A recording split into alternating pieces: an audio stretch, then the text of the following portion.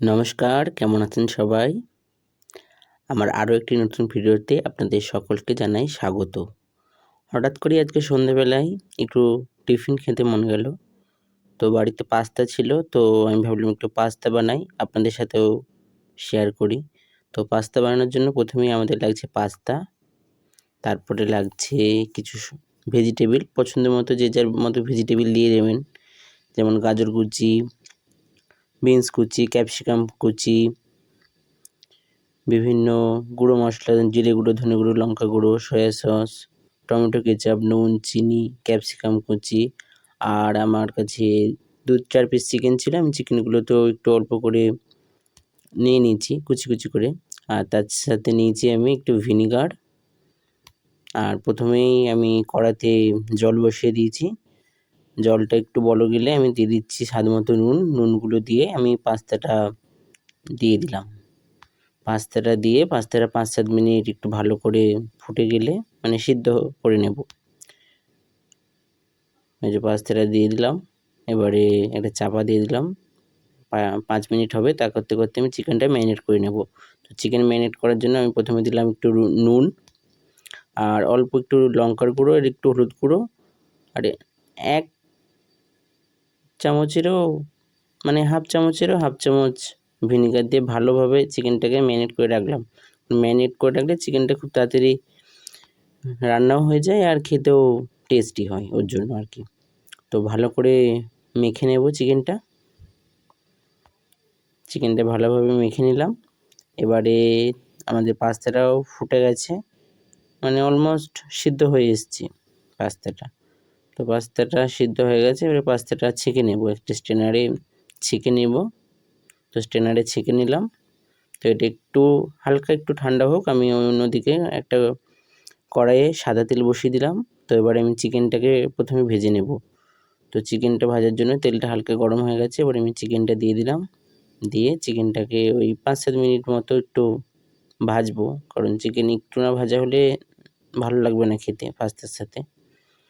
তো চিকেনটা এবারে দিয়ে দিলাম কড়াইতে, ভালো করে এবারে একটু মিশিয়ে নিচ্ছি যাতে চিকেনটা কড়াতে লেগে না যায়।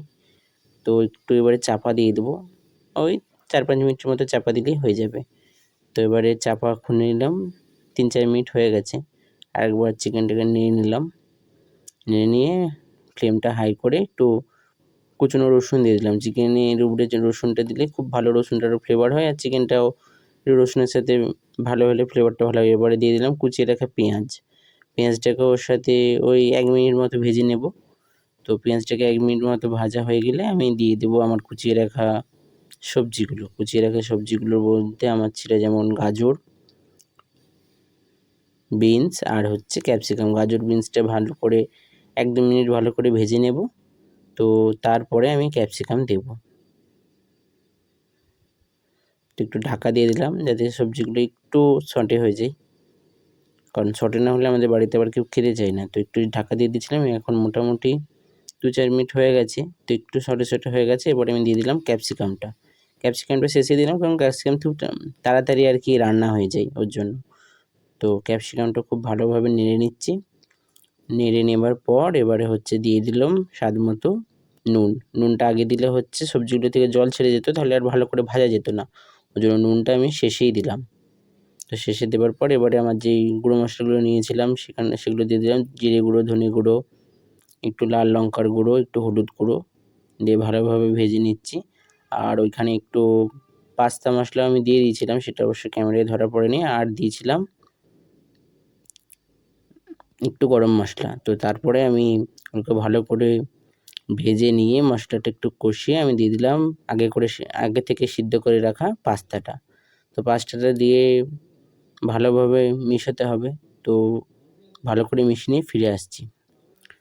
তো তার আগে দিয়ে দিলাম একটু টমেটো কেচাপ, একটু সয়া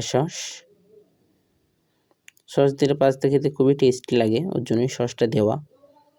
আর অল্প 1 চামচের মতো ভিনিগার, বা এখানে যদি ভিনিগার আপনাদের নাও থাকে তাহলে লেবুর রস দিতে পারতেন। আর ভিনিগারটা ব্যালেন্স করার জন্য 1 চামচ মতো চিনি দিলাম। এই যে ভালো করে মিশিয়ে নিলাম, তারপরে অবশ্য ভালোভাবে মিশিয়ে নিলাম। এবারে একটু পাস্তাটাকে হতে দেব।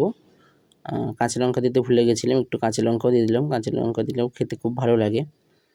তো এবারে হচ্ছে ভালোভাবে পাস্তাটাকে সবজিগুলো মশলার সাথে বেশ ভালো করে মিশিয়ে নিলাম। বেশ 5-7 মিনিট মতো মিশিয়ে নিয়ে আমি একটু মিউনিস দিতে পছন্দ করি পাস্তাতে, তো ওই 1.5 চামচ মতো একটু মিউনিস দিয়ে দিলাম। তো মিউনিস দিয়ে আরও ভালোভাবে মেখে নিলাম আর কি, মানে নাড়িয়ে নিলাম। তো তারপরে হচ্ছে পাস্তায় আমার মিউনিসটা খেতে ভালো লাগে। তো তারপরে একটু স্ট্যান্ডিং টাইমে রেখে দিলাম 5 মিনিট। তো স্ট্যান্ডিং টাইমে রাখার পর আমার পাস্তাটা অলমোস্ট ডান। এবার একটু গোলমরিচ গুঁড়ো ছড়িয়ে দিয়েছিলাম। তো এই যে আমাদের পাস্তা একদম রেডি অ্যান্ড সার্ভড। আজ ভিডিওটা তাহলে এই পর্যন্তই। সবাই ভালো থাকবেন, সুস্থ থাকবেন। আবার দেখা হবে পরের আরেকটি ভিডিওতে।